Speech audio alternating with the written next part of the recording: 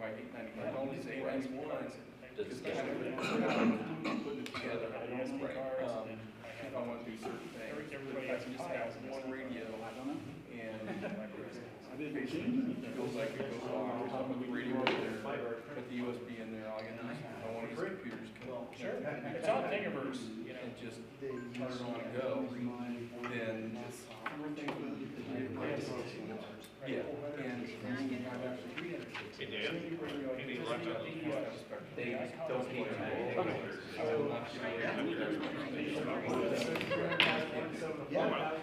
they actually they have SD cards.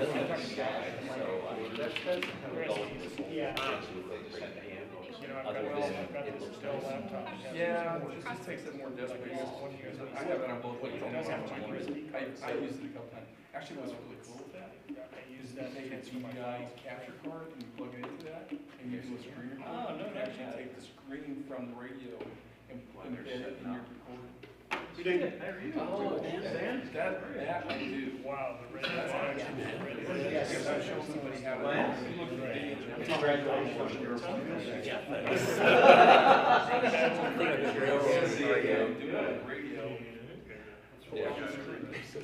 He's the new guy. You can work all the rows, Dan. Let's get you official. Am I official? Yeah, you got your red badge. Red badge. I already warned everybody on this side of the room. Yeah. I mean, Dan. Tony, good to meet you. Sir. Dan. Take that out. Yeah, how you doing? Good. How's that $7? Oh, I'm playing on this. Yeah, fun. Yeah, good.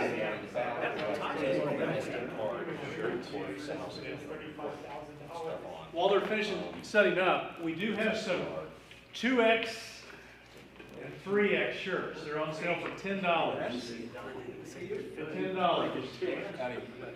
See me in the back. Hello again. Yeah. Mama needs to make sure.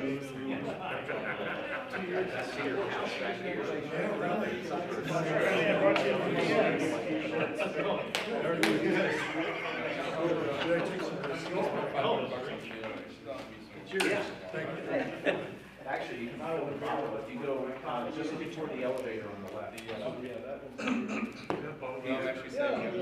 Hello, sir. How are you? Good. Everybody having fun?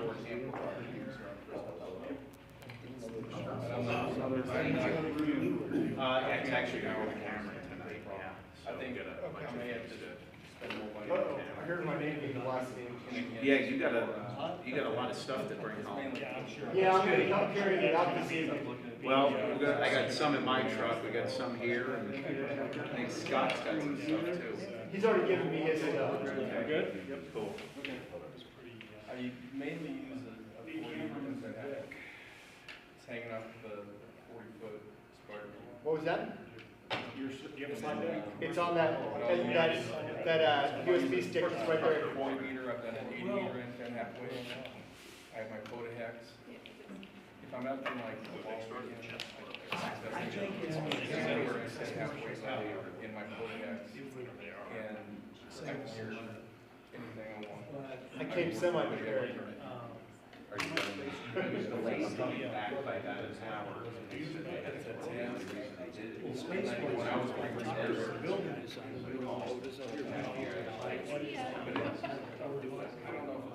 the planes here, the crews here, we were they went for 30. Hang on a minute.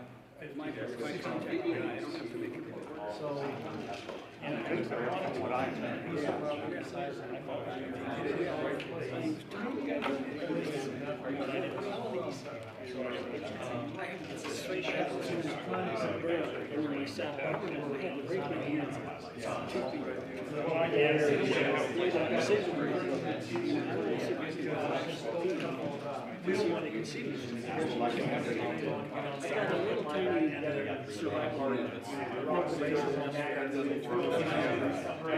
There's a little grid in there. That was a nice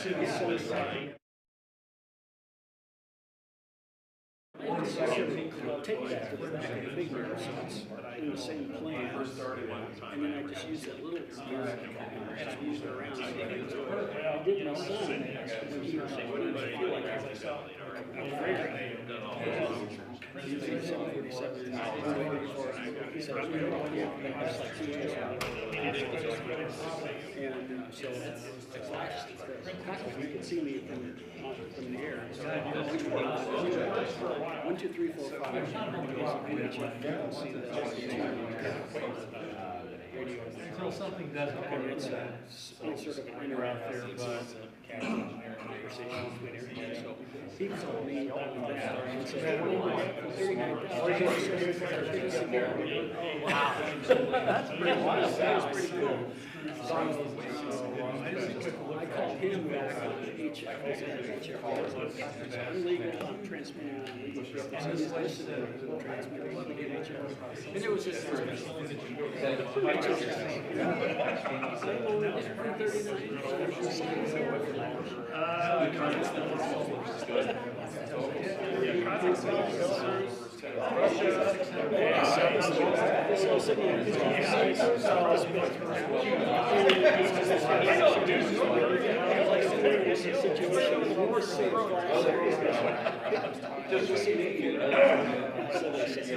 So I'm trying to prove it. High speed is 20-some miles from my house.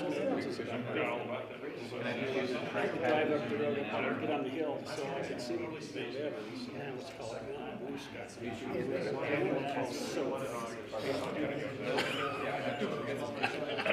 Yeah, so it'll always be Mount Evans. Yeah, this guy was up there. He'd done hikes the day before. He was on mountains and he was going to go. Sure. I'm wondering.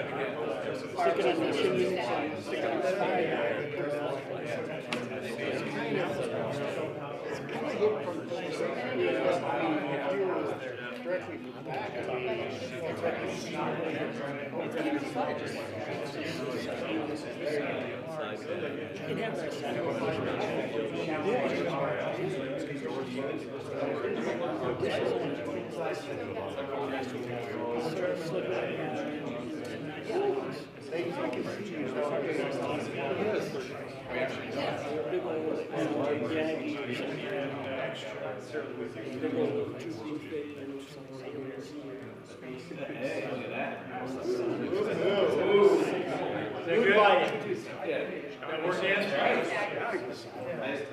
Yeah. If I fall asleep, it'll go back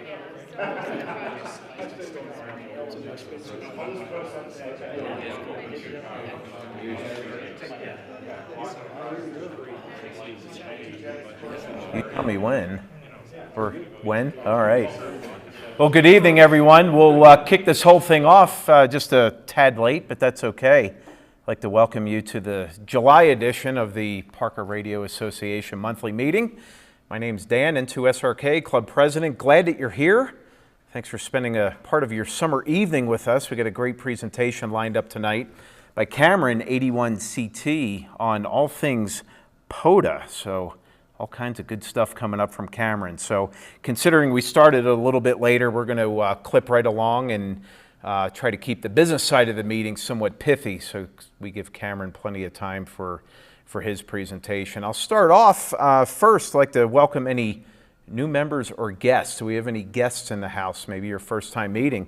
Welcome. Just a quick introduction, who you are, and if you have a call sign, let us know what it is. Sure. Tony Santo, just wanted to check out the club. KZ580B is my call sign, and I live in Castle Rock and been a ham for a long time to just get back into it. Awesome. Glad you're here. Welcome. Thanks. Kevin Lynch, KC1QED. No, just enough to pass my general. Nice. I just moved here from Massachusetts, so I really want to get into this hobby. So Awesome. We're glad you're here. Congrats on the general. thank you. Yeah, that's good stuff. You dive into HF pretty hot and heavy. That's great. Any new members in the last couple months? Joe Dickinson. Hey, Joe. Windsor XTV. Welcome. Glad you're here. This is your first meeting, right? Yeah. Excellent. Well, welcome. We're thrilled that you're here. Anyone else? Not exactly a new member. I've been paying dues for 3 years. But first meeting, David Dean, K0PWO. We're so happy you're here. First time, long time is what we'll call you, right? That's it. Awesome. Anyone else? Well, gentlemen, welcome. Glad that you're here to join us, and hopefully you'll find us pretty welcoming, pretty low key, not high intensity at all, and we look forward to certainly learning from you as well. One of the things that you'll see with our members is that great learning environment. We love sharing our not only our time, but our talents and treasures as well with things that we know related to amateur radio, and hopefully you'll be able to do the same for us one day. So we're always looking for good presenters, so keep that in mind as well. I'd like to make some introductions to our leadership. Paul? Hey, Dan. I think you said keep it brief, right? Yes, you're on the clock. All right, well, I always have something to say, so first of all, I want to welcome everybody here tonight. Big round of applause, big turnout. We have some new members and some guests, but we also have some members that haven't been here in a while. Patrick! Hey! Good to see you, Patrick. Thanks, Paul. Yeah, you're welcome. Anyway, great meeting, great presentation coming up. How many people were at Field Day here a few weeks ago? Dana, you didn't raise your hand? I was there. Dana was our Field Day chairman, so I don't know why he didn't raise his hand. But Dana, thank you for what you did. And wow, what a fantastic dinner. Saturday night, pork shoulder, hamburgers, hot dogs, homemade coleslaw by Dana's wife. I don't know, maybe Dana was involved in that too. And except for one brief rain shower, Dan, it was a fantastic week. Just a little one. Just a little one. Just a little. Just a little one. 2 inches. Yeah, we had some new creeks develop in camp and all that. So thank you all for coming out to Field Day. Dana is not going to be Field Day chairman next year. I don't know if we just overtaxed him or he ate too much pork or whatever the case was. He wants to share the love of the responsibility with his fellow members. He did a great job. Absolutely. And so we're looking for a Field Day chairman for next year. And if you don't know, we start the process for Field Day 2023 now, right? It takes about 10 days. It takes us about 10 months or so for us to put this thing together. We had 50 or 60 people, like we always do. So if you're interested in being the Field Day chairman for 2023, see Dan or anyone on the board, we'll be happy to chat with you and tell you what it's all about. And Grab a friend, be a co-chair. Yeah. Co-chair, it is not, as Dan would put it, because I'm just taking the words out of his mouth, it's not a John Wayne position. That's right. You'll get a lot of help from former chairman like Randy and myself, and Scott was instrumental this year in helping out in a lot of ways. So if you'd like to be the chairman for next year, come see us. We'll be happy to talk to you. Absolutely. That's it. That's it? Over and out? Cut me off QRT? at this point. All Back right. to net control. All right, thanks, Paul. Appreciate it. We'll go around for more introductions. Randy? I'm Randy, K0TNG, Director at Large. Who's this Patrick guy? I got a shirt at Goodwill and thought I'd come. Whatever it takes. Well, certainly in the transition role, we have Jeff. Hi, everybody. CTO for how many more minutes? You can't Not- see Jeff. not that much longer, Sure. so we'll- Stand up, Jeff. We'll have to stand by So for it's that. official. House is sold. 1st of September or so, we're off to North Carolina. So it's been an honor knowing everybody, and a blast playing radio with all of you at Field Day and our what are we on? I'm hesitant to use the word, but our militia outings. But it's been an absolute blast and my honor to be a part of this club. I really appreciate it. And so the rest of you, not to steal Dan's thunder, but the transition's easy because the new CTO, his name is Jeff. You're all set. So You're Jeff- in good hands. He knows far more than I do. So I'm glad you're leaving the Tacoma bar with us. No. That was not donated. We tried. Sorry. We pushed for a donation there. So, as Jeff has mentioned, Jeff Francis, N0GQ, do I have his call right? Yes. Has been appointed by the board to take over for Jeff, AB0L's position as Chief Technology Officer. And just to kind of give you a little bit of a understanding, if you've been on our website, which I think most of you have, and as we're live streaming tonight on YouTube, Jeff, AB0L, his fingerprints are all over the PRA when it comes to our information technology. The members sign on, so when you create an account, you can actually sign on to the website, kind of gives you some exclusive access to certain areas. That's all because of Jeff. He just did a fantastic job in setting that up and managing it, and has done just a tremendous job in the passover of his duties to the new, we'll call him New Jeff. Again, big thank you to you, Jeff, for all that you do. We wish you nothing but great DX and no QRM when you're in North Carolina, and look forward to working you on All-Star and D-Star and DMR and HF, and absolutely. So a little round of applause for Jeff here. Scott. Scott, AK6Q, I'm the other director at large with Randy. All right. And we have our board director. Brad, AB4BA. Got nothing Got nothing, all right. We must be doing a good job there. so far. Robert, our treasurer. 0CA, treasurer. All right. And while you're here, I'm here. did I miss anyone? I haven't missed anyone. So the rest of the board is traveling or got a little bit of not feeling it in the throat too well, so they decided to stay home, which is okay. So Robert, we're going to kick it over to you. We'll actually dive right into the treasurer's report if you are ready. Yeah. So we are at 9242 balance in the checking account. We do have a King Supers payment coming. It was 529, I think. About 520, yeah. So that's coming. We got six families now signed up at King Super. So if you haven't yet, please do. Let's see. We'll scroll down a little bit here. We'll get down to the budgeting pieces here. We did, with the success of the antenna building, we were able to replenish the new member Elmer Committee Fund to a degree, so congrats for that. So we got that to look forward to. Congrats to Dana for bringing in Field Day under budget. Hey! Good job. A little bit further down, the next big thing we've got, we've met our target for the remote station. So for those of you who are signing up for that team and committee, thank you. We have a little money to spend. And our other big target right now is building up our long-term cushion account. We've got a target of 2,500. We've got about 1923 there now. Excellent. So, that's what we got. Any questions on the financial pictures for the PRA?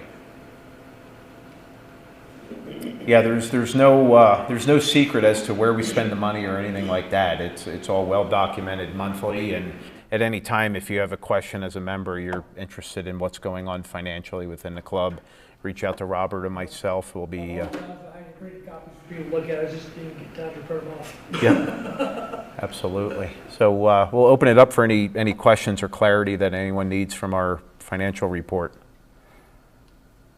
All right. Hearing none, you're off the hook. All right. Thanks, Robert. All right. Moving down on the list, we'll get into our current topics and committee reports. We'll start with new member committee. I don't think Brad BDT is here. Anybody here representing the new member or Elmer committee? Go ahead, Scott. So tomorrow night is Elmer night. I don't know, it's either this room or next room over 6 o'clock tomorrow night. So it is open forum, if you will. So if you have questions, concerns, issues, need help with something, bring it in. If it requires some kind of programming support or whatever, reach out to either myself, Paul, or we can get you in touch with Brad and or Jay to help out with that. So that will be tomorrow night's Elmer meeting. Other than that, I don't think I have anything else from them. Is Elmer night monthly? Yes. Same time? Yes, 6 o'clock. 6 to 8. Same day? No, the dates, when we booked our club meetings and our Elmer nights, sometimes they're reversed in order, sometimes they're split by a week. It was whatever was open. Okay. All of those are on the calendar, thanks to Jeff. So if you want to look forward to see when they are, they're on the calendar. Okay, thanks. Yep, great question. Anything else for the new member Elmering committee? All right. Now, there was a question that came across by email regarding this coming Saturday. It was clarification as to the location. So was that Castlewood Canyon or was it Cottonwood? It is Castlewood Canyon. Okay. I'll cover that in just a second. All right. Excellent. Thank you. So maybe if those are listening online, Castlewood, we're good. All right. All right. John, N4SJW, repeater committee. Well, everything seems to be working pretty darn good lately. Yeah. Keep your fingers crossed and toes and everything. Some work up at Squaw.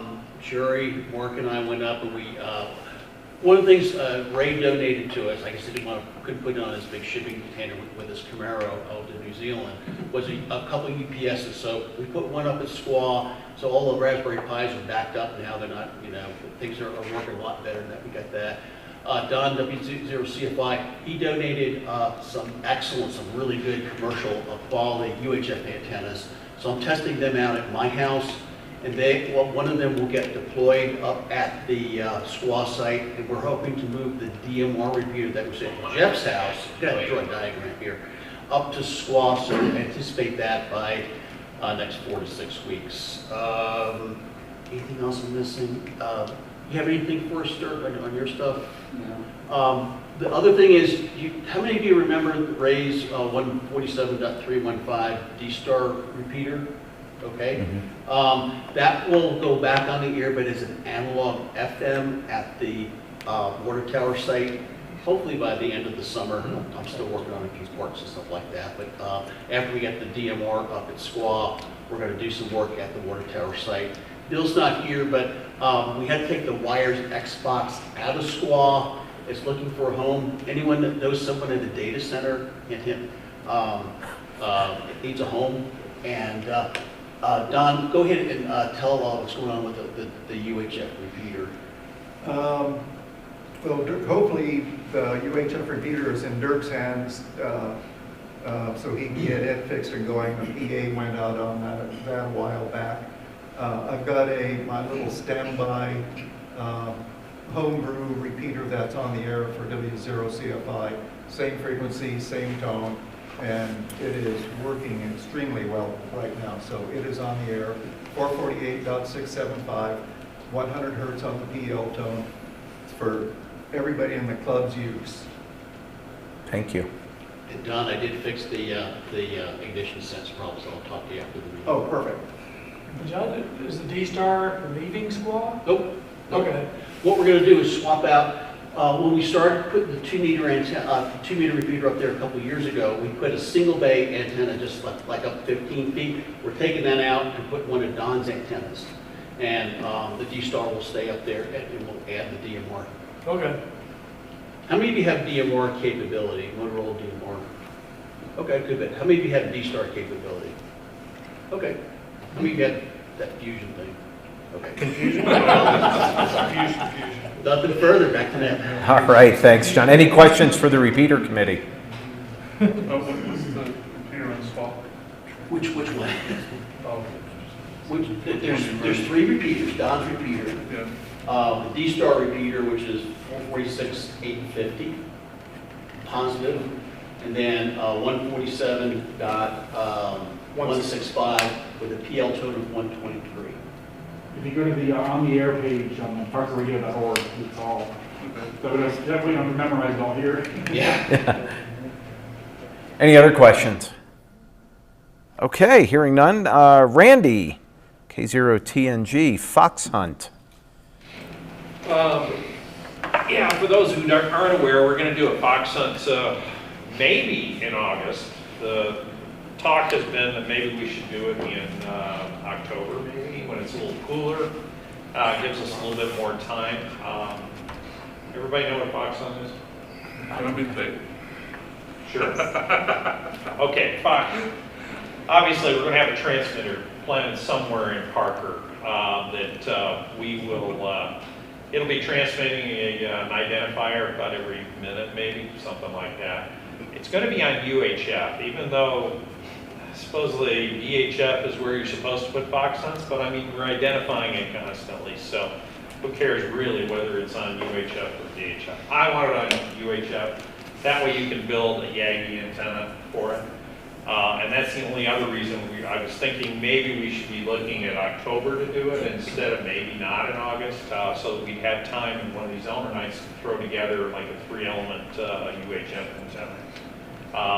I think what I'm going to do is find plans somewhere and have it sent out in the blast. So if you want to build one. I've got plans for you, Randy, for a dual band Yagi, made out of tape measure. Costs almost nothing. Doesn't need to be dual band, just UHF. Either way, it costs almost nothing. Yeah, something like that. We can come up with something and send it out to everybody. If you want to attempt to build them yourself, you can bring it into, the Elmer night. We can throw it on the analyzer and get it tuned up for whatever frequency it's going to be, something like that. So that's the plan for the fox hunt.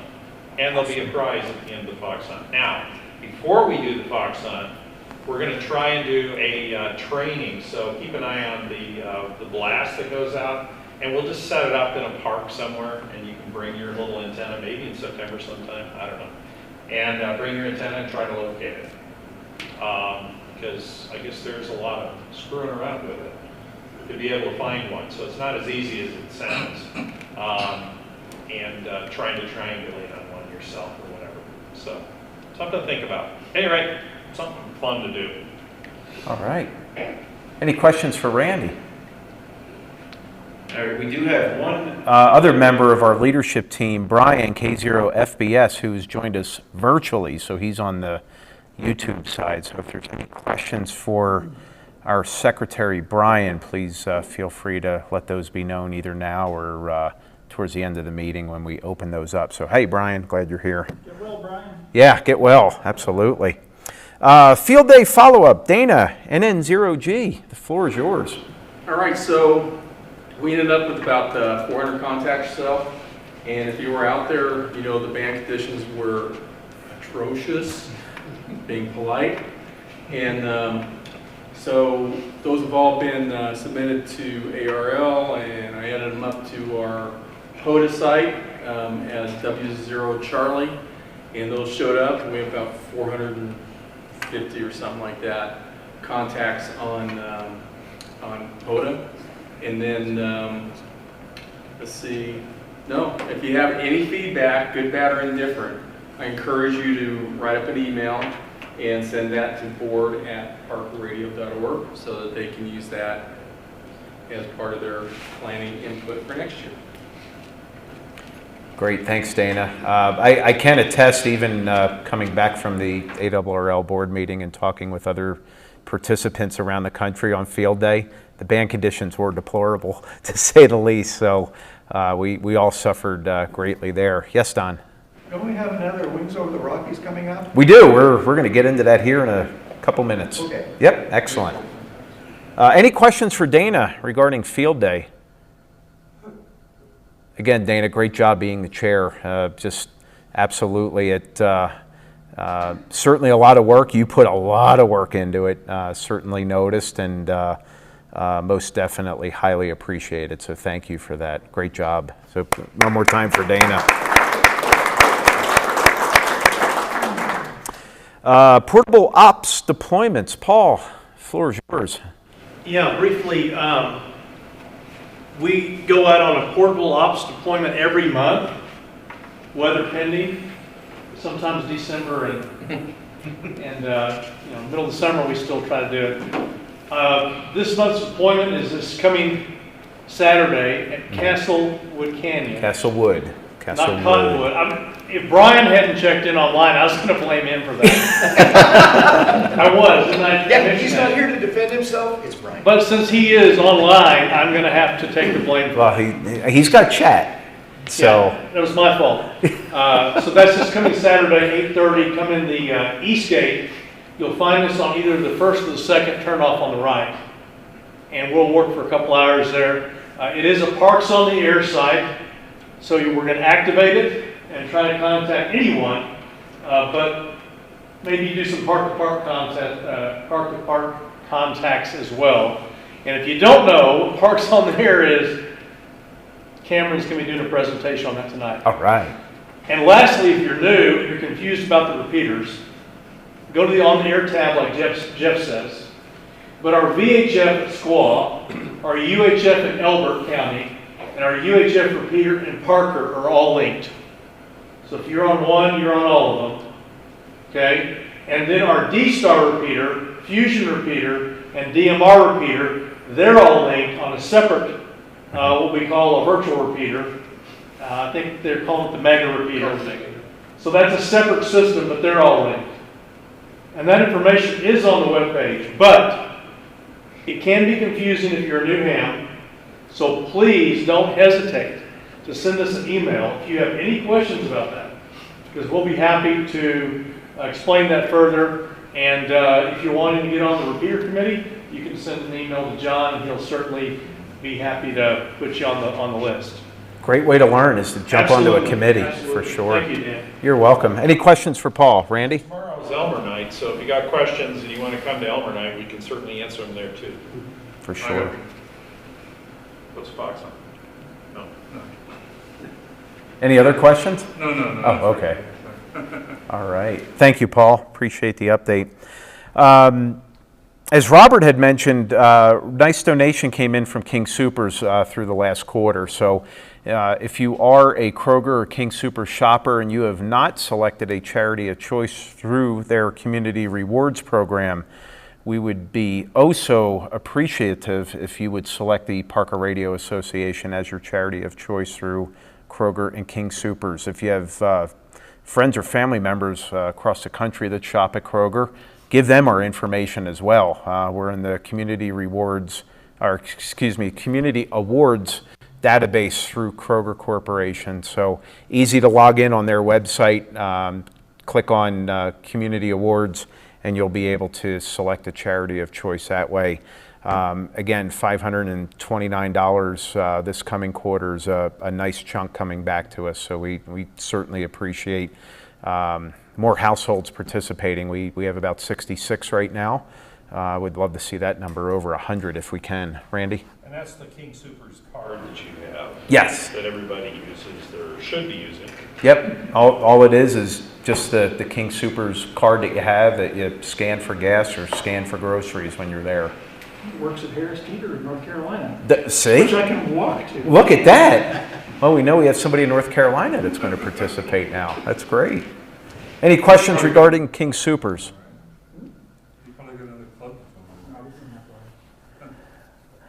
And then also Amazon Smile. That Amazon truck seems to be outside my house on a daily basis, thanks to 3 teenagers who are home for the summer and a wife who is a school teacher, sometimes twice a day. So if you, Amazon also has a charity arm called Smile. All the same pricing, trust me. Mrs. SRK checks it regularly. But your smile.amazon.com, you sign in with your Amazon credentials. It's all the same website, all the same deals, all the same pricing. And you can select the Parker Radio Association as a charity, and then we get a little kickback from Amazon every so often from them. So every little bit helps, as you can see in Robert's report. Certainly a lot goes into the PRA, but at the same time too, every dollar that comes in gets allocated, used appropriately, and we certainly want to do more. So your participation in those programs would be greatly appreciated. HF loaner equipment. So as a PRA member, you have access to 3 HF radios, an antenna analyzer, coax crimper. What else do we have there? Yep, we got the power pole crimper as well. Antenna, what else am I missing? That's all of them. Yeah, that's it. So our website also has a sign up for that, and it's a great program. Here's the nice thing I kept talking about. I'm tired of this stuff collecting dust in my house. Some of this stuff is actually out and being used, which is wonderful. Alan's actually using the 705 right now, which is great. I want to give a big shout out to Cameron, 81CT. He is going to be taking over as the administrator of that, which is absolutely fantastic.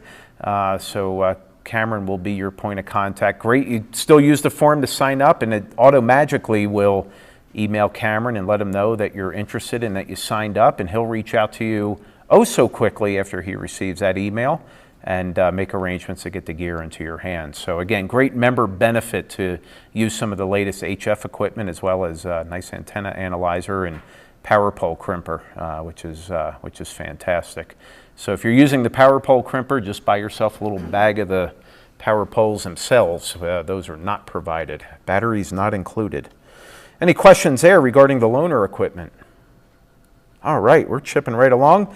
Remote station initiative. Scott, the floor is yours. All right, well, tonight before the meeting, we did have a remote-based station pre-meeting to kind of get the committee up and rolling. John is going to chair it, and Tom is going to kind of co-chair back up. Randy and Paul and I kind of were running with it, but being board members, we have to step away from the chair position. So I thank you guys for stepping up and helping out with that. We've gone over some of the programs. As you see, it is funded with $4,000. So the committee has a lot of work to accomplish to start spending some of that money and getting things in place. If you have any questions, want to be part of that committee, you can email me and I'll make sure to get you on the list that John's going to facilitate from that point. That's what I've got on that. The second thing I'll roll into, because Randy's going to do wings next, is we have the American Diabetes Association bicycle charity ride, supposed to be September 10th. We're having some difficulty communicating with that entity on what our role is going to be, so I don't have any updated information on it. But pencil in on your calendar September 10th if you want to be a part of that. Details forthcoming once I get it. Okay, excellent. Sounds good. Any questions for Scott? All right, we did have a request for an update for Wings Over the Rockies. So Randy, the floor is yours. All right. Originally we had a conflict with this race, but mark your calendars. The 17th of September is going to be the B-17 at the Centennial Wings Over the Rockies. We're probably going to start up around 8 o'clock. We may go a little bit later than usual because it's going to be, there's probably going to be at least 2,000 people there. B-17's coming in. I'm trying to have a friend who was a B-17 pilot in World War II. Depending upon his health, we may fly him in, so he's there also because he kind of wants to come. And so basically, we're going to set up radios. We'll have HF set up. We'll have the VHF set up. Try to make some contacts. We're going to do it a little differently. Anybody who's been out there, we're going to do it a little different. So that there's a little more interaction from the people that come in to view the B-17. Of course, they're going to be focused on that, but we're going to try to get some people. What the heck? We'll have some fun. There'll be a lot of kids, and we'll see what we can do. Peter's going to be there. He's going to set up some old radios. Randy, can you give the date again, September 17th, it's a Saturday. Got it, thanks. Originally it was going to be the 10th, but apparently they had to do maintenance on the plane, which is probably good since it's, what, 70-some years old. And so they had to move it back a week, but it's still up and running. So we'll be sending out something for sign-ups here probably in August. And so if you want to volunteer, that's great. We just ask you to wear a name tag so we know who you are. And everybody else knows who you are. If you've got a t-shirt, that's great. If not, buy one. T-shirt. So that's about it. Any questions? Paul. Hey, just a comment, if you want to ride, you want to actually ride in the B-17, fly around Centennial, there'll be an opportunity for you to sign up for that as well. It's not a club function, but when the B-29 was here, we did Wings Over the Rockies. They sold out in a matter of hours, all their rides. There's some flights you can ride in the back of the plane. There's some flights where you can ride us up in the navigators area, and I think the flight started about $795 or $800, something like that. They're expensive. But how long is a B-17 going to be flying, right? So if you're an aviation enthusiast, grab a seat on that. And after steering's available too, I guess. It's a little bit less expensive. We also, and Paul mentioned several of the items, but also if it's the B-17 that I've actually ridden in, you actually can go down into where the bombardier sits and see where his Norden bomb site and everything was at, and we've got a mock-up of it also. Cool. Yes, Jeff. Via Brian mentions that the 17th is also Signal Butte, so. Scheduled. Yeah, we may need to move it around. Signal Butte's the 17th? Yeah, we set that day? That was original. Yeah, it's been set for a long time. So there's another one. We'll look at it. Yeah, that may get changed. Can't change the B-17, but we can change Signal Butte.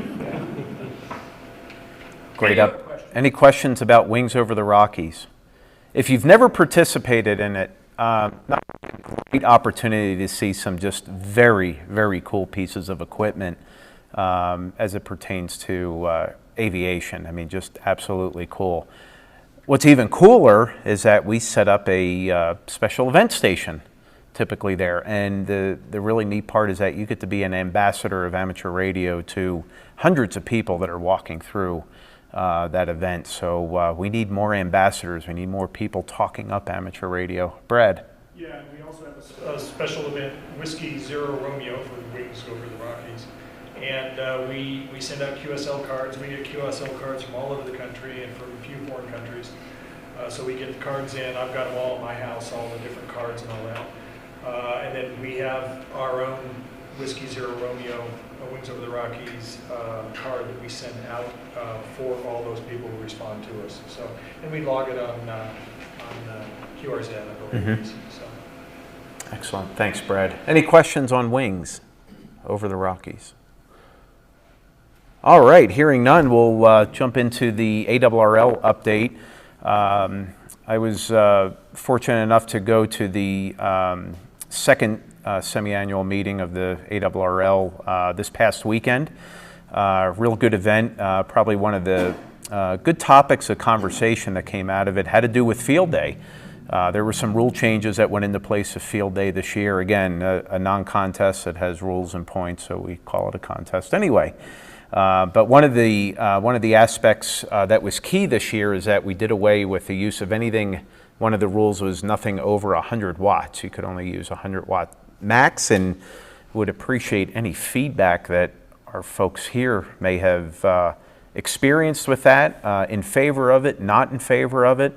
Would love some feedback on that. I sit on one of the standing committees, which is the Program and Services Committee, and one of the things that we have to hash through is what are we going to do for Field Day 2023 as it pertains to rules. So for those that operated in 21 compared to 22, did it seem like there were the same amount of, big signal stations that were out there, or did the band seem a little bit more tolerable? There weren't any stations. You made 400 contacts. I mean, it was okay.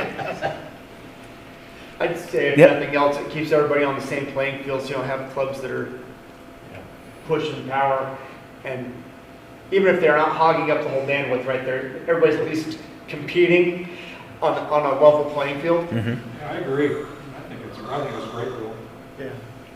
Yeah, usually, like in years past, there's just, it's like chaos on 20 meters. Yeah, So, absolutely. yeah, well, limiting power, I think, is probably a good idea. Yeah. I liked it as well for the same reasons Cameron brought up. It's a level playing field. If you can hear them, there's a real good chance they can hear you if you've got a good antenna set up. Two friends and I, we were up in Route National Forest doing our own little field day, and we didn't have the trouble you guys were having, probably just because of our location and elevation. So I liked it. And for the whole purpose of field day, for promoting field operations and MCOMs, reducing your battery power draw, because we were running fully off solar, and I was running FT8, and I was also running CW, and I noticed with FT8 it was drawing my battery down quite a bit. Yeah. So yeah, only running 100 watts or less I thought it was great. Excellent. Good feedback. Anybody feel differently? Should we allow clubs to have amplifiers at Field Day? No, even though it's an honor system, but it's not a contest.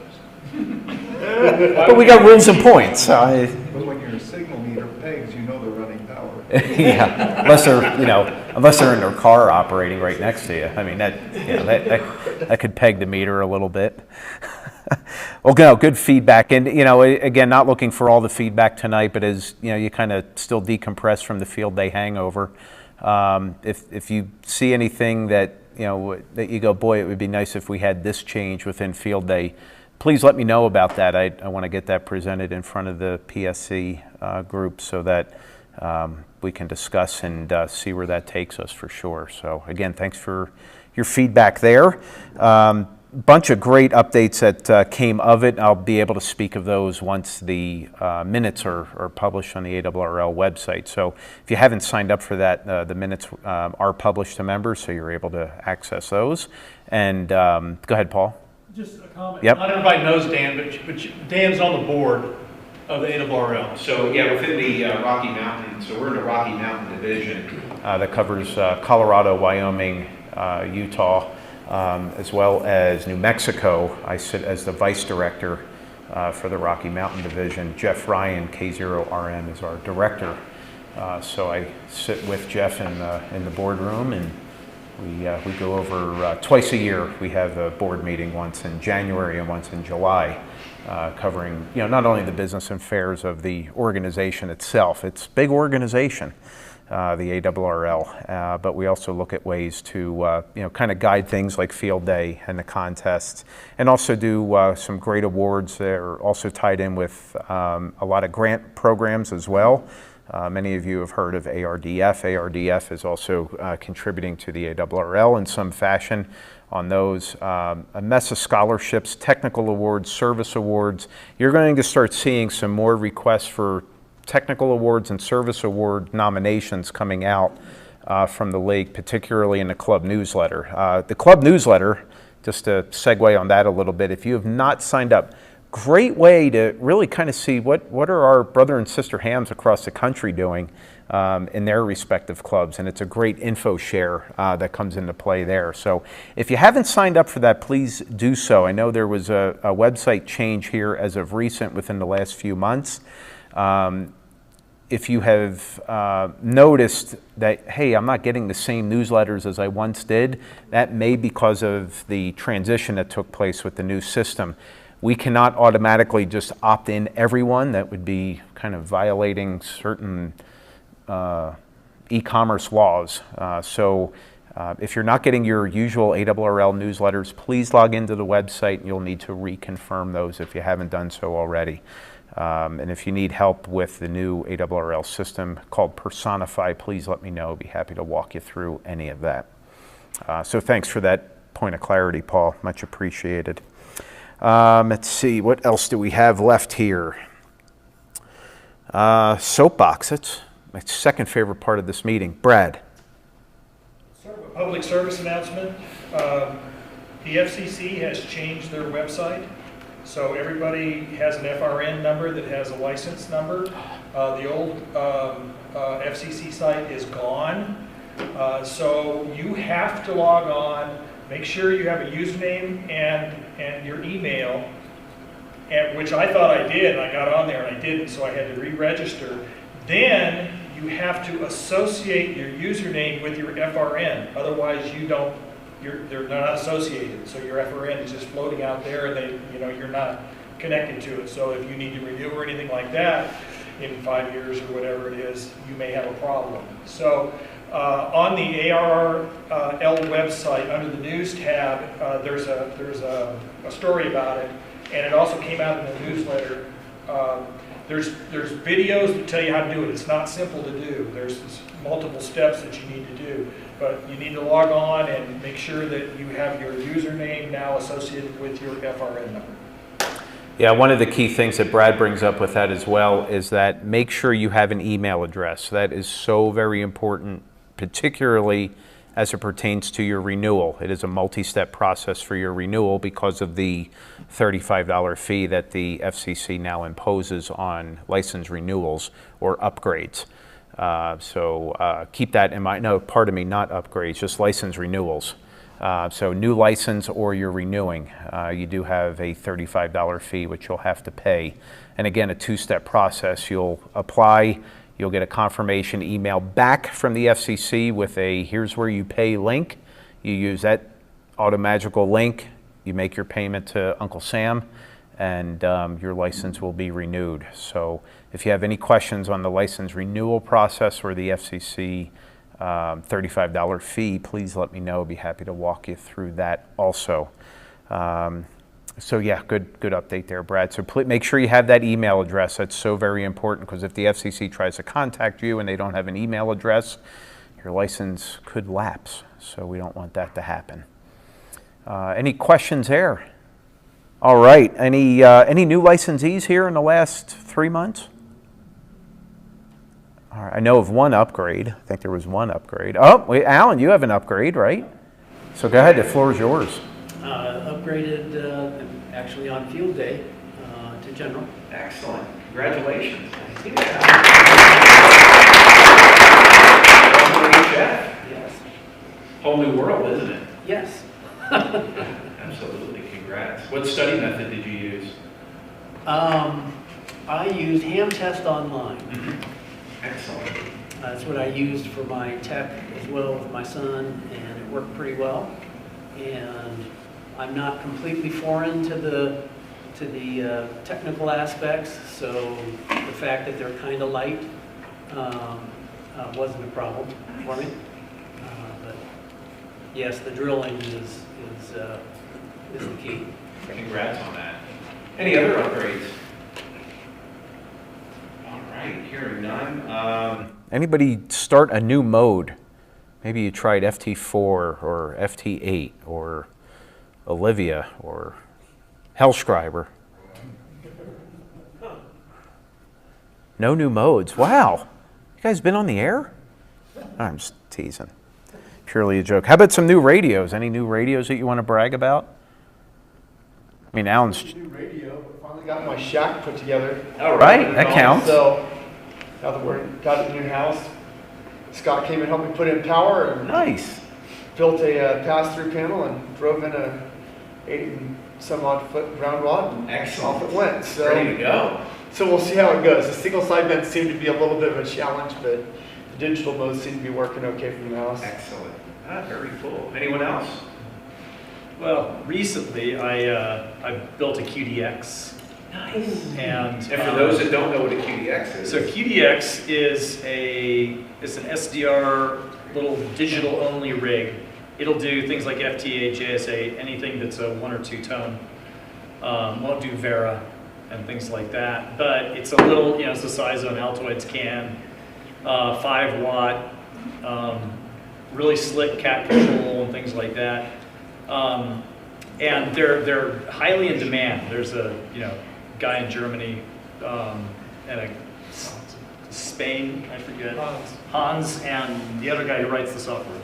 Anyway, I built it and it works. I think there's a bug in the version that they're fixing. There's noise in the signal, and I'm having a really hard time getting it out much.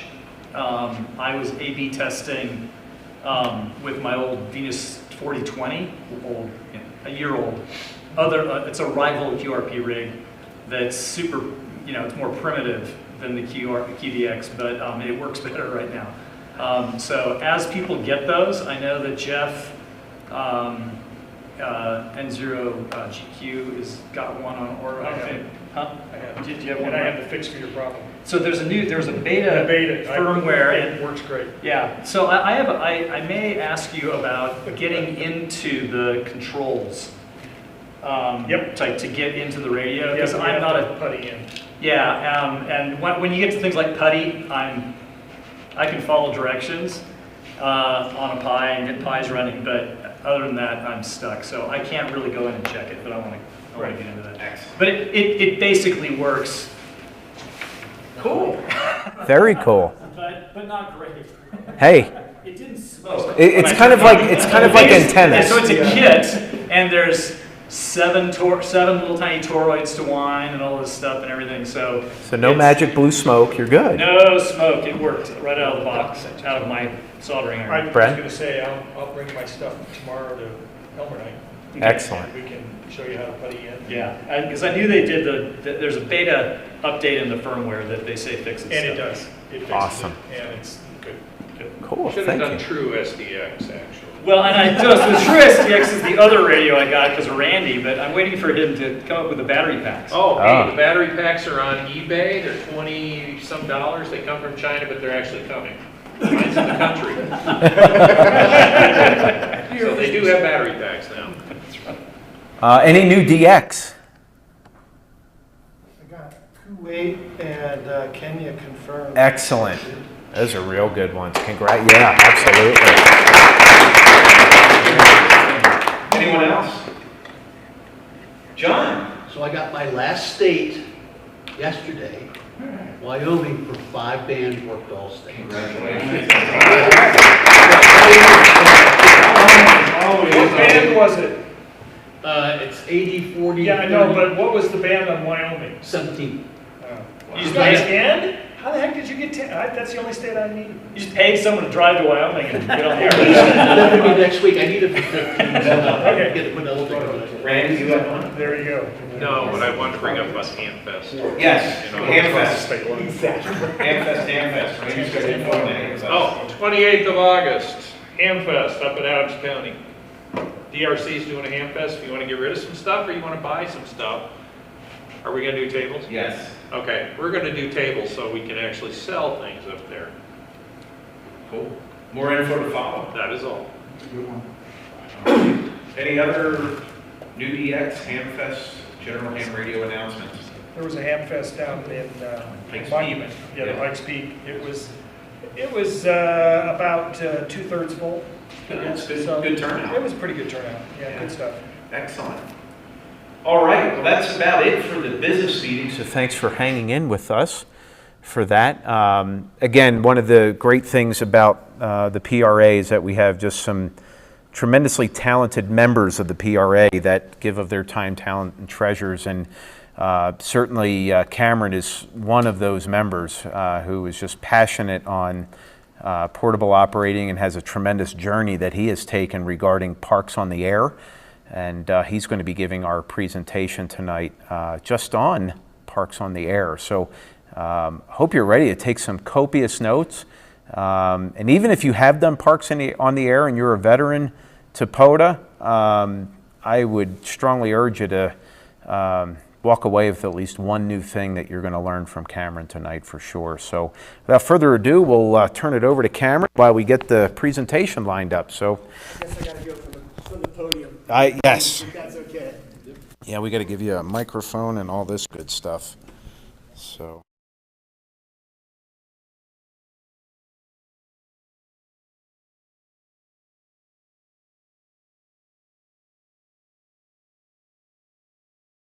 What is yours? Question. Question? Yes, sir. Are the slides on the website? On the form? They will be. Okay. Right. He has them. So, and I can post them in the forums. And I can post them in the forums of however, or I can email them to you directly, however you would like. Forums, I think it works. So, super easy. So, name is Cameron. Call sign is AD1CT. Yes, that does in fact spell addict. I'm surprised it was available when I looked for a vanity. I'm surprised nobody else had gobbled that one up. I started doing POTA about a year ago. My first activation was out at Red Rock National Conservation Area just outside Las Vegas. It was about 115 degrees, and yes, I did do it from inside my vehicle. I like air conditioning when it's that hot. So we're going to go over a few things like what is Parks on the Air, who is Parks on the Air, and how you guys can get involved, who are our hunters, who are our activators, and then we'll go on to any questions you guys have. I'm going to count on Dana to help me a little bit because I think he's done a few more than I have. So we're going to go for there. So Parks on the Air is no kidding, a 501(c) radio sport entity that encourages folks to get outside their shack and go do portable operations. The cool thing about POTA, we talked about Summits on the Air, 2 months ago? The cool thing about POTA is there's a few less restrictions. Summits on the Air, you got to take all your stuff. You actually have to walk to the summit. So for folks who are mobility limited, Summits on the Air might prove a little difficult because you got to carry your stuff. So, or Parks on the Air? Nope, I can drive. I've done an activation from the driving in road into Cherry Creek State Park because I could not get in the park because the lawn was too long. So I pulled on the side of the road, jumped on my radio, and activated. As long as I'm inside the park with me and all my equipment, we're good to go. There is a huge set of references of parks that fall inside the POTA Parks on the Air umbrella.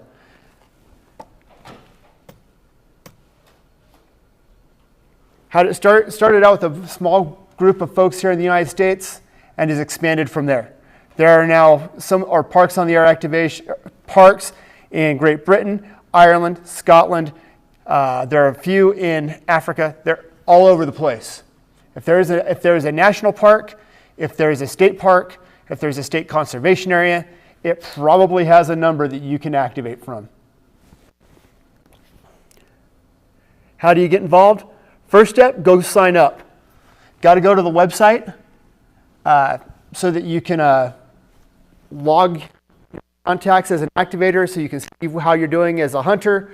Got to go out and actually sign up, and then you can get to the dashboard and see what's going on. If you have problems, call me, call Dana, or email those guys, and they'll be happy to help. That is, why did it not go to, oh, that's why. So activators, those are the guys who are out of the parks. Pretty easy. Find a park, go there, all your stuff with your radio, and call CQ. Make 10 contacts, go home, load your log. That's about it. Yes, Mr. Dana. Are any parks part of Parks on the Air? So if it's a state park, if it's a national park, if it's a national conservation area, if it's a wildlife refuge, national recreation area, probably has a park number, but no, you cannot go down to like Red-tailed Hawk Park in Aurora and call it a Park on the Air activation. So it's national parks, state parks, or similar. Fair? That is a list of probably 95% of the potential references in the United States. The list keeps growing. That is Colorado. So there are, and then this is the Denver metro area, everything with, say, south down to Castlewood Canyon State Park and north just by Boulder. There's about 13 parks in kind of within an hour's drive of the Denver metro area that you can go out and activate. Where did my one go with the, oh, there we go. So 36,000 plus references in the world. You've got about 10,000 references in the United States, about 200 of them in here in Colorado proper, and then 13, like I said, that are local to us. So there are a lot of places to go play radio. There are no more never activated parks in the state of Colorado. There might be one coming, though. I think they're building another, or setting aside another national park here local to Denver in the next couple of years. I saw something on the news about they're looking at setting aside some more space for a national park. So there might be one. I'm going to have to race Dana to it. Is there a way to submit requests for new parks? Yes. So you can go on the website. If a new park is opened or you think should be a park that's not on the list, you can submit to those guys at Parks on the Air. Say, hey, I'm at this national park. It doesn't have a park number. And then they will review your request. And if it meets the standard of being a national or state park type area, then they can assign it a reference number, and bada bing, bada boom.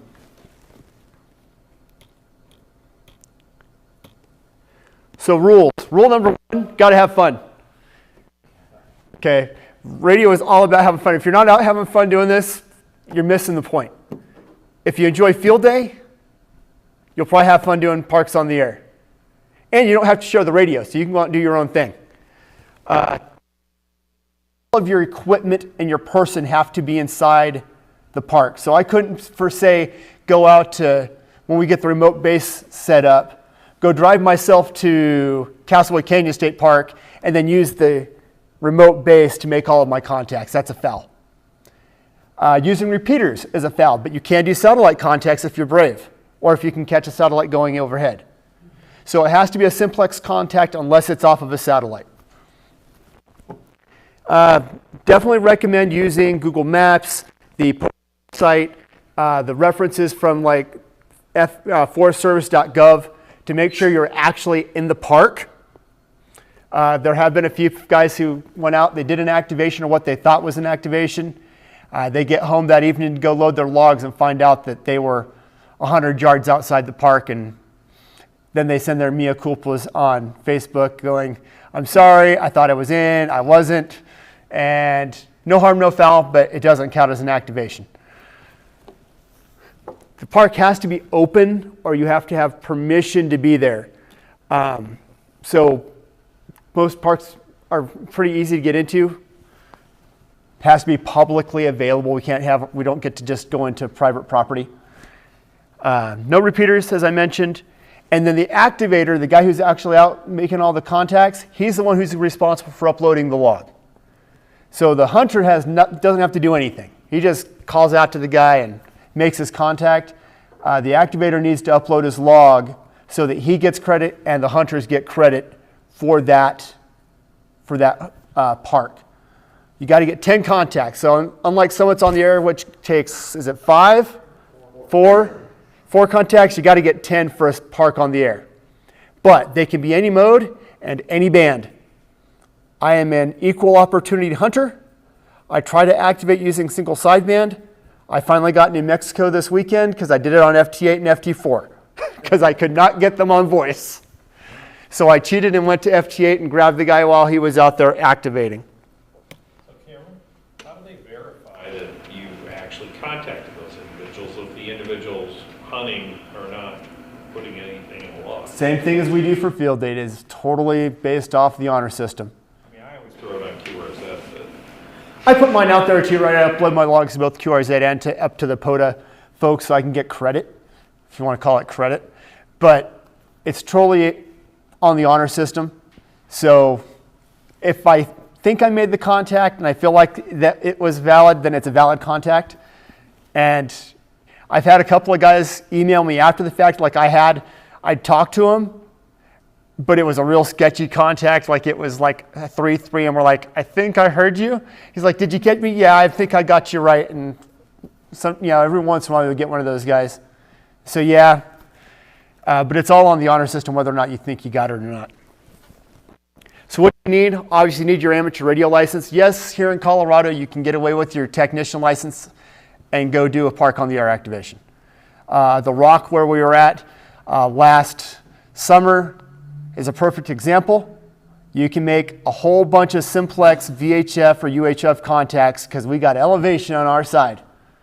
And pretty much every summit in Colorado probably falls inside of a national park, which it makes it both a SOTA activation and a parks on the air activation.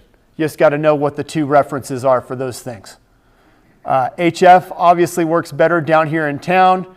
If you go to Castlewood Canyon or if you go to Cherry Creek State Park, Chatfield Reservoir, probably not going to make many VHF contacts, but you can make a whole bunch of HF contacts. You need a portable radio, you need a portable antenna. You're going to need some way to power all of that. And yes, I have done that from the back of my vehicle using the awesome inverter that's in the back of my FJ. I've done it off of batteries. However you're going to power your radio, it does not matter. You need a way to log it, whether that's on paper, whether that's using your phone, whether that's taking a computer with you. But that log's going to be able or have to be converted over to the ADIF format to upload. Personally, I have found that I love a new little piece of software called Hammers for logging. It is awesome. They've worked really hard to get some of the bugs out, and they're getting where you could almost use it as a primary log. Not quite, but they're getting there. And then obviously, wire antennas are a lot of self-supported wire antennas. Most state parks and a lot of national parks frown upon you tossing wires up in their face. So you need to carry some way to get that antenna up off the ground. A lot of folks like to use the Wolf River coils because they're super simple. SOTA beams, I know the runs. I've used my S100 or similars with great success. So whatever you can bring and set up is fair game. Unlike SOTA, you don't have to carry you don't got to worry about carrying the weight, right? So if you want to haul out the amplifier and the radio and the big antenna, by all means, and have fun if you have a power source big enough to drive all of it. Already mentioned that, make 10 contacts inside the boundaries. And there's no real specific exchange. I get to do POTA however I want to do POTA. So if I'm going to be out there all day and I want to talk with somebody for 10 minutes, that's at my discretion. If I want to run it like a contest and just like, hey, you, me, hi, thanks, bye, next person, I can do that too. I would definitely recommend getting comfortable running pileups, especially if you're at a park that is not regularly activated. There are folks who are super serious about this thing, and they will, as soon as they see you up and it's at a park they don't have, they will be all over you. And so if you're not comfortable in a pileup, learn to get there because it can get interesting. Lots of people trying to talk. Yes, sir? Hey, Cameron, you may want to point out that in the first bullet point up there's a UTC day. Oh, yes. Particularly if you're late afternoon out here. So it runs so the day runs from, I say quad Z, so midnight UTC through 23:59:59 UTC. That is the day that it runs through. So our UTC day ended about an hour ago. We started we're now in we're on the 18th, so we're now the 19th on the UTC day. So just something to keep in mind. So if you go, you have to make 10 contacts in a park on a single day. So if you cross over, like you did 5 contacts from 2300 to midnight UTC, don't count. And if you made 5 more contacts from midnight UTC to 0100 UTC, you didn't get an activation, even though you had 10 contacts. You only had 5 and 5. Does that make sense? So you have to make sure that you're getting your 10 contacts in a single day, not necessarily a single trip.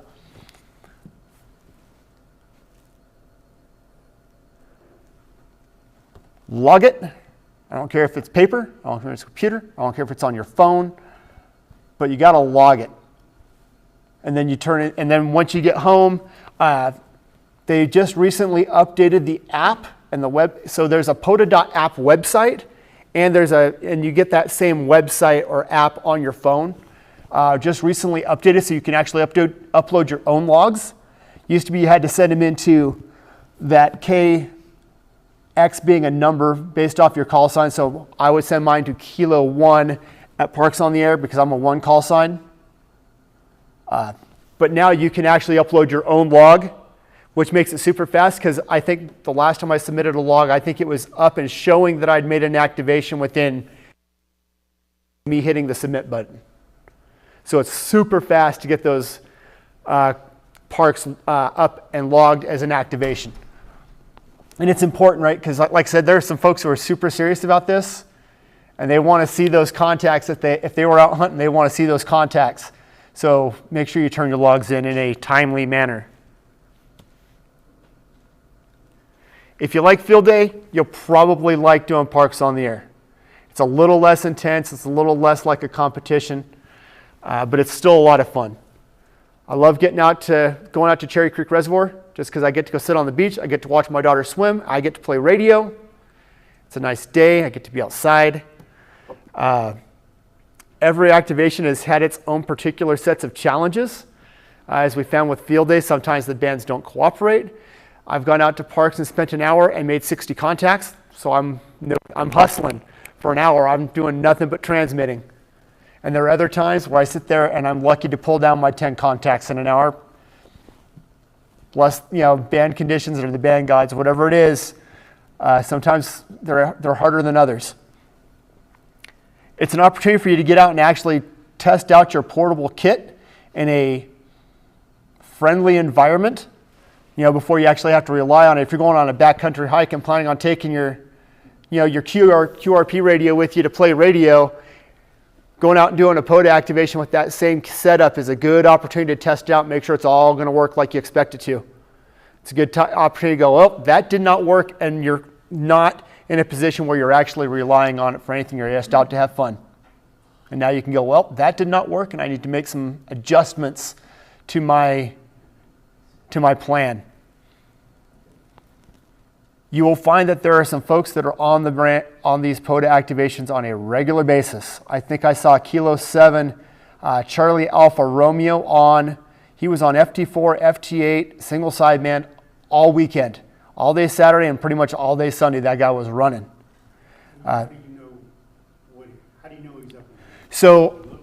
So 2 ways, right? I can just scroll through the bands, and usually you'll hear them calling CQ POTA just like they would for a Summits on the Air. You'll hear them calling. You can stop and make the contact, or you can get the POTA app on your phone, and you can load it up and go see who's on the air and go to those specific frequencies so they can spot themselves and go, hey, I'm at this park. Go ahead, Dana. Yeah, so it's not an app, it's a web page. It's a web page. It's POTA.app is the web page, and you'll see all the spots on there, and that's the quickest, easiest way to get them. It'll tell you what band they're on, what mode they're using. So if you're looking to run FT8, because that's what you like to do, you can sort it by, I want to look for 20-meter FT8 contacts. And it'll give you everybody who's up, and then you can go on FT8 and watch those call signs scroll through as they come in, and hey, I caught, like I said, I caught K7CAR on FT8 and FT4 because I happened to see him. Another one that Dana pointed out was ham alerts. So I'm looking for 3 states, now 2. I'm looking for Vermont, and I'm looking for Hawaii. And so It was on today. I was at work, and then I came here. Didn't have a chance. So I'm looking for Vermont and Hawaii. So I've got my ham alert set up to tell me anytime there's a park reference in one of those two states that pops up to let me know so that I can go out and try to talk to them. I've had marginal success at catching either one of them on single sideband. Eventually it will happen. The Vermont guy loves to get out 40 meters at like 2 o'clock in the afternoon on phone. Like, we're going to hear him, right? So there's 50 states, obviously, plus Washington, D.C., so it's a wild card. So right now I'm one state away from being able to say I've worked all 50 states and worked a park in every one of them. Most of those have been mobile in my vehicle because that's where I had my shack set up for a while. I'd make 3 or 4 parks on the air contacts coming home from work every day. So doesn't matter where you can hunt from almost anywhere. Yes, sir? And you said this isn't limited to QRP, correct? You can, if you're willing to carry the amp, the radio, and the beam. I'm just saying, if you're willing to carry the weight and have a way to power it, it's fair game. There are no real limits on what you can do because it's not like I have to put this all on my back and haul it to the top of the mountain. I can pull up into the park and I can sit in the back of my vehicle and I can make contacts. So a 100-watt radio isn't out of the question, right? Because don't have to carry this big heavy battery 2,000 vertical feet. I can plug it into the battery in my vehicle and run 100 watts all day long. So it's not limited, it's limited by your ingenuity and how much battery power you have. If you can find a pavilion in the park that has 120 volt outlet, you can run it from there too. It is not required to run off battery. So there's a lot more flexibility in how somebody can go out and do the activation. So like I said, kind of for folks who are mobility limited for some reason, they just cannot hike a peak, but they want to get outside and play radio, POTA is a really good option because they can do it from their car. They can do it from the pavilion where they can sit down. They don't have to sit out in the sun. They have the opportunity to go out and play radio outside in a much more friendly environment. They don't have to worry about getting chased off the peak by a thunderstorm rolling in and tearing down and then trying to get down the peak in a hurry. Sir? K7CAR is on the air right now. I know, he's always on the air. Dude's on the air like almost every day for at least some period of time.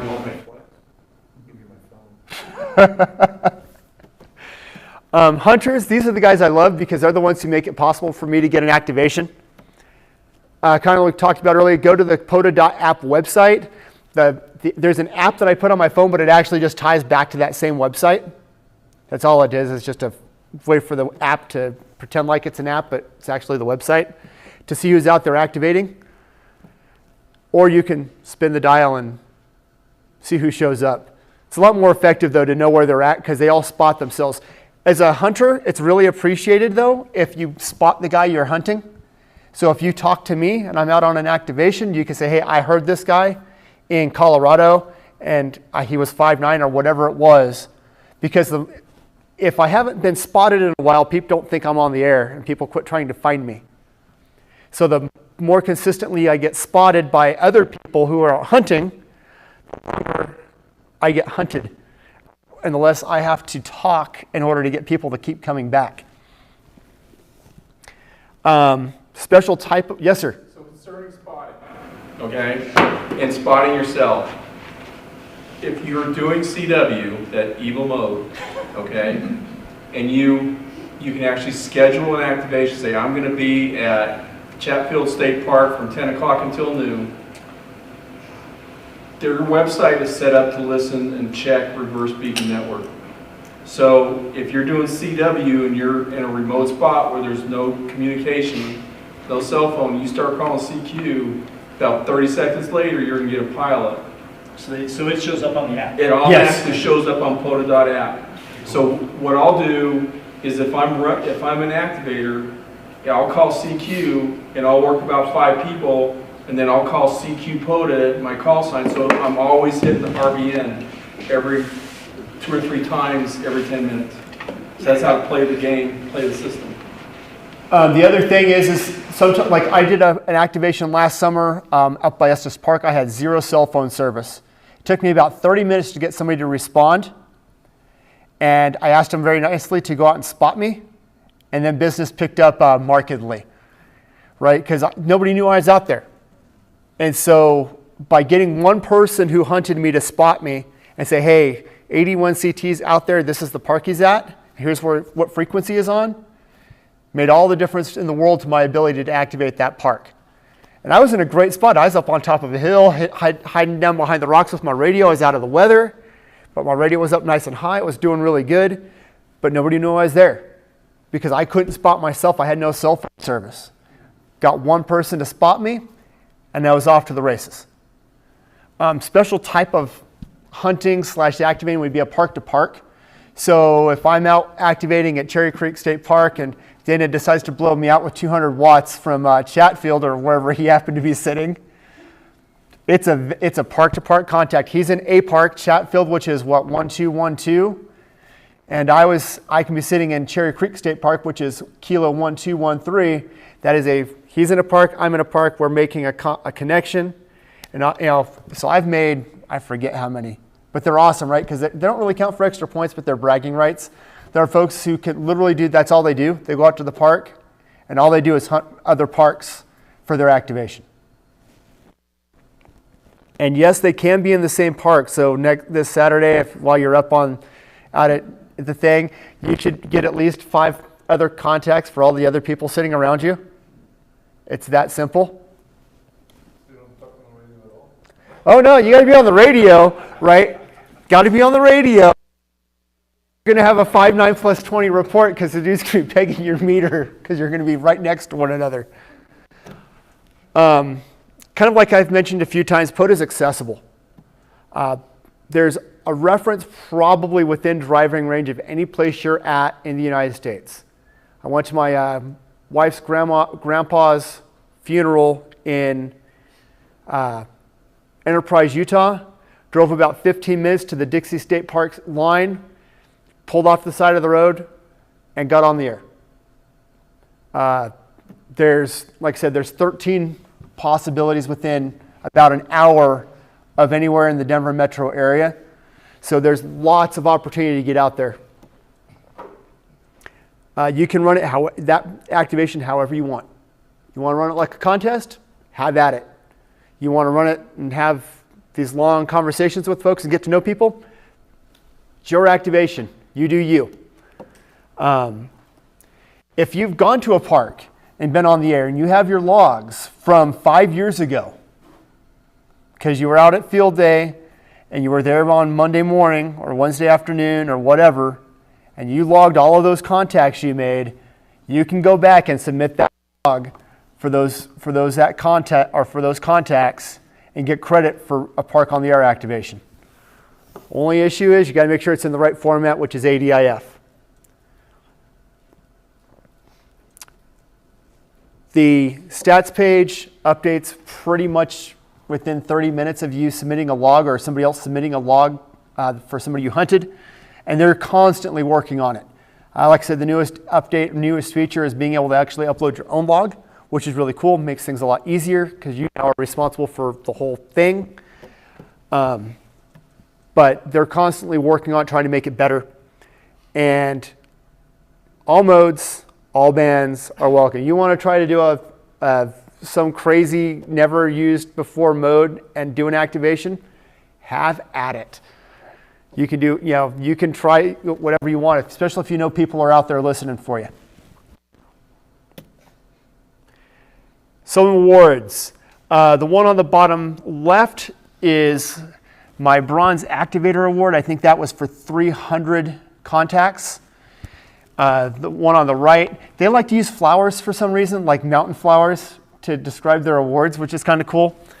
That one was for 700 unique reference areas. So I've talked to 700 unique parks in my quest to do that.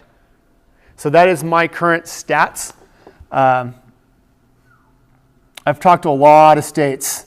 I'm getting close that close. I got 2 more.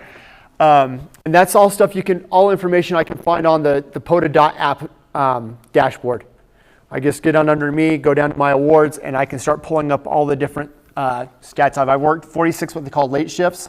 So guys going out and trying to get an activation from 2300 till midnight. They're trying to get enough contacts in that 1 hour to qualify as an activation. I've worked 45, 46 of them.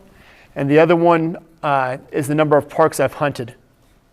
Is that late shift local time or UTC time. So for us, it's not really that particularly late. Yeah, it's 5 o'clock. It's only about 7 o'clock our time, 7 p.m., give or take. But, Those are all you hunted. What about activities? that's the next one. Yes, sir. Yeah, so hunting, because I'll sit down and do 2 or 3, some day, I come, well, I'm making dinner or whatever, hunting, and I log it on the app on my phone every time, spot them. I'm not submitting any logs. Quite often they don't show up that I've hunted. That's a foul on the hunter or the activator. Okay, so so they still have to submit their log. They have to submit their log. Right. Someone's got to submit a log. The app does not record me as a hunter just because I spot them on the app. Correct. Yeah, so the hunter has to go, or the activator has to go in after his evening and submit his log. My guess, and I could, they might do it a week later. I've had some come in a couple of weeks later. Some people, if they don't get enough for an activation, just don't submit a log. They should submit a log even if it's a failed activation, because you get credit as a hunter regardless of whether or not the activator got enough contacts. So why they're not submitting it? I mean, any number of reasons. Yes, sir. One comment is that if you have ever contacted a POTA hunter, that log is there. So if you haven't ever signed up on the website, you sign up on the website, all of a sudden you're going to go, wow, I have 23 contacts. How did that happen? Well, it's because you talked to a POTA person on the air. You've had a QSO with them and they have logged it. So it's out there. You may be in the logs already on this website. It says I have a couple of CW contacts. I'm pretty sure that whoever logged that misread the other person's call sign. I've never attempted to respond to those guys in CW, but that's okay. Everybody does the best they can. I'm pretty certain that I've probably mislogged a fair few myself, especially when it gets busy or if the band conditions are crummy. Everybody does the best they can. As long as it shows up as a valid call sign, the app's going to accept it as a valid law or as a valid entry. So if I mistyped a call sign, it's what it is. So to bring that up for Cameron, I do sodas more so than POTAs, but that Hammers logging app on your phone, and there's a couple others that you can use, but if you're a member of QRZ, you can log in with your QRZ credentials. And when I'm logging, I type in Cam's call sign, it'll populate with his name and his info right then, right there. So you can verify if you've got a good call sign for somebody. So the other thing I like about the Hammers app is it's a really good idea. I can give you a really good idea of like what the band's doing, right? Because I can actually see the hops. Because I can zoom into the map and go, oh, there's the first line of contacts, and then it skips over a big chunk of this next state and a half, and then it's the next place where it's coming down. So kind of cool. But yeah, I do love that app. It works really good for logging, especially when you're out in the middle of nowhere. It's just small and it's easy.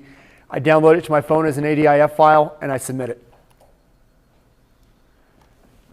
Some tips if you want to go out and hunt.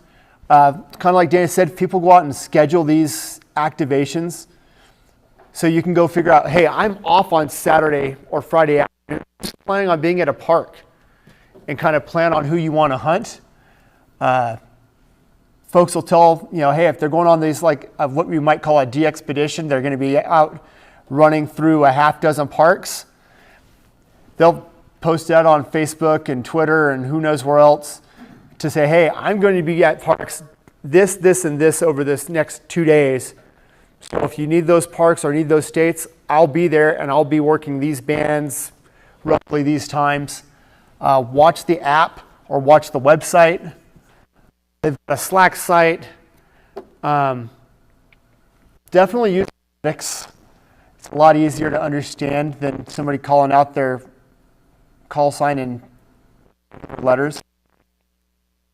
Especially when band conditions suck, it's a whole lot easier to pull out someone who uses a phonetic or some form of a phonetic alphabet to pick up their call sign. DX code of conduct, don't step on people. I don't know how many times I've seen on the, he's laughing not because it's funny, but because it's true. I'll be out doing an activation and I'll get guys trying to tune up over the top of me just repeatedly, just to be a jerk. They want me off that band or that frequency because they want it. I typically ignore them until they go away and I just keep going. Just means I have to have stronger people trying to talk back so that I can hear them over there, the other guy tuning up over the top of me. And do the activators a favor and spot them once you've made a contact so that they can keep getting contacts. Makes their lives a lot simpler and makes their activation much more successful because they get more business. So you say there's an actual Slack channel for POTA? I'm not personally on it, but there is. There's a POTA group on Slack so they can go, hey, I'm going to be at this, I need this state. Is anybody going to be out there doing that? Hey, I'm going out to Kilo 1. I want to say it's Tango Whiskey. He's been out there a bunch lately. He primarily runs CW, but so it's a little hard for me to get him just because I don't do much CW. But if I know if I have a need for a state and somebody's going to be there out working a band or a mode that I can want to operate in, I might be able to set up a date and a time that they can be at a park and I can try to make that contact. All sorts of ways to improve your chances, shall we say, of getting the parks and or states that you need. So why won't you enjoy hunting versus activating? Well, there are guys that, like I said, there are guys out there that are super serious about parks on the air. They're at a park because it's in their backyard, so they're there every single day, and they are trying to make 1,000 contacts in that park, or whatever their goal is. You hunting them helps them reach that goal. Super easy exchange. You, me, signal report, they tell you what park they're in, yay, you're done. It is that fast, that easy. Or if you want to talk to them and they want to talk, you can do that too. You can look at all your stats. Some people are stats-driven people. They want to see those numbers go up. And so they go out and hunt so that they can see those numbers climb. Requires nothing on your part as the hunter. Yeah, you got to log your contact. We're all supposed to log all of our contacts. But as far as the parks on the air is concerned, you do no extra work. The activator is responsible for submitting the log so that you get credit for those parks. Obviously makes you a better operator because you're on the radio more frequently. You start learning how to play with your radio, adjust the filters, and bust through pileups, all those kinds of things. So you get lots of opportunities to practice playing on the radio. Just might make a friend. There are folks that I've talked to several times. We'll be closing in 20 minutes. Do it as much as little as you want. I just do it almost every day on the way home from work. There's some of the Hunter Awards. So a lot more Hunter Awards than Activator Awards. One of those, I believe, is for Parker Radio Association. So our call sign is, in fact, thanks to Dana, loaded in the Parks on the Air site. So when we go out and do field day or winter field day or any of these things, we can actually operate as a park or as a club and submit all of those logs for credit towards the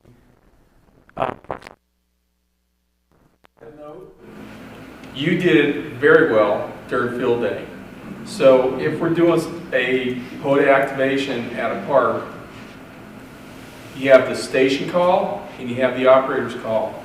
If you put your operator's call in there where it's noted, the club will get credit and the operator will get credit. Cameron got about 200 contacts at a field day by putting his call sign in N1MM. So just to be aware of that, you can double dip. That's my current setup. Got my little 891 with a tuner. I bring my tuner just because it means I don't have to play with the coil on that Wolf River coil. I get it close and I just go for it. Cheap, and I do mean cheap, lithium ion phosphate battery. I think that battery cost me $60 and it runs like a champ. I think that thing lasted me close to 3 hours before it died. So you do not have to go spend big money to go get a decent battery.